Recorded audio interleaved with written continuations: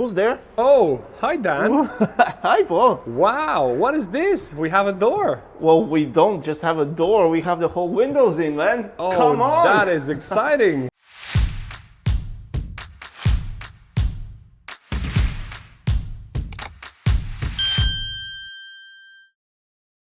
Come on guys in. It makes such a big change. Come.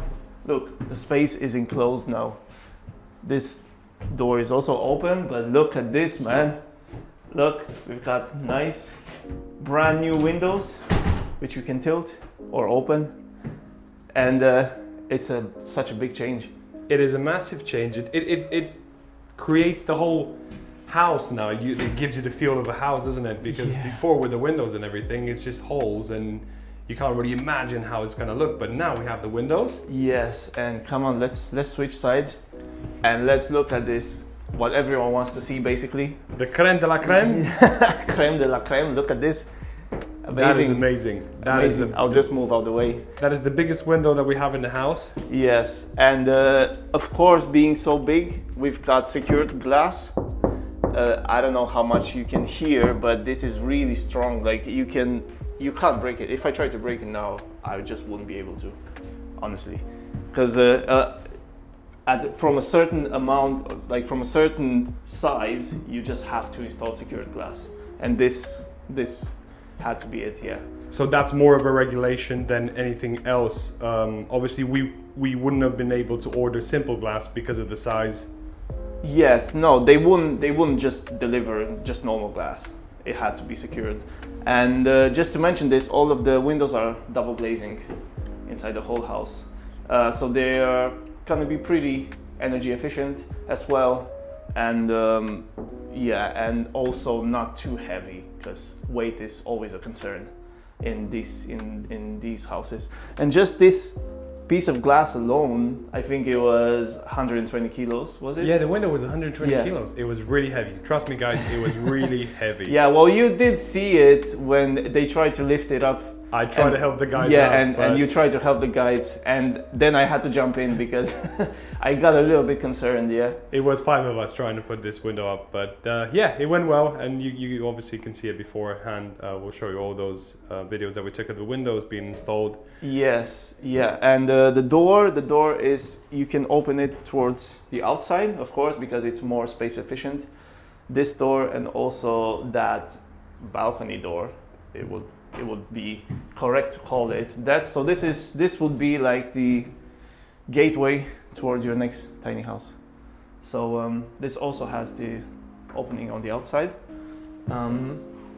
And what else? Well, we have the windows upstairs in the bedrooms, which are also a nice size, you know.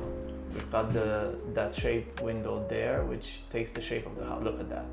Just look at that. That's nice. And the other one is a bit smaller on the other bedroom, I guess, but we had to make that compromise because we had to make it open, you know, because it's nice to be able to get some fresh air in on one of the bedrooms at least.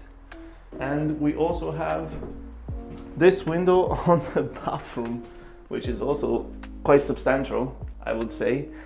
This also just tilts because it would just be too large to open it normally. You don't really have the space.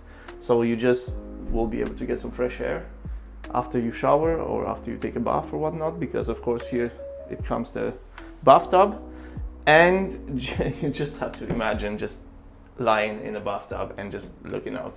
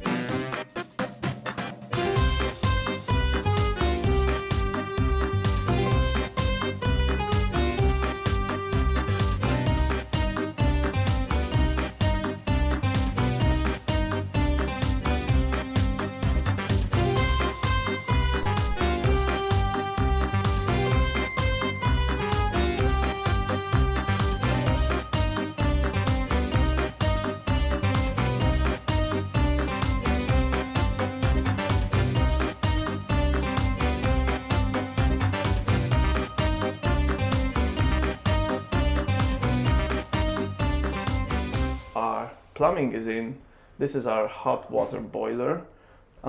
It's a 80-liter boiler, so it's by any means not small.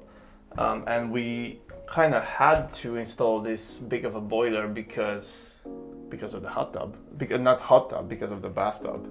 It would be nice to get a get a hot tub. I mean, inside. we could do a hot tub in here. It's absolutely fine. We could put anything in this house. Well, I guess, yeah, of course. I mean, if you plan it, if you do it from the planning stage, you could potentially like also fit a hot tub in a tiny house. That's your poop hole. That's your poop hole, exactly. And we've got the hot and cold water lines that run through here as well. That's the draining for the bathtub right there.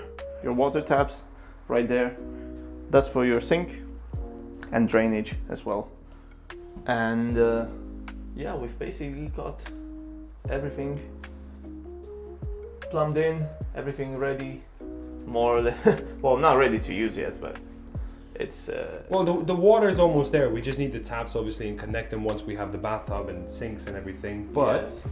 You can see how nice and neat the guys done the job.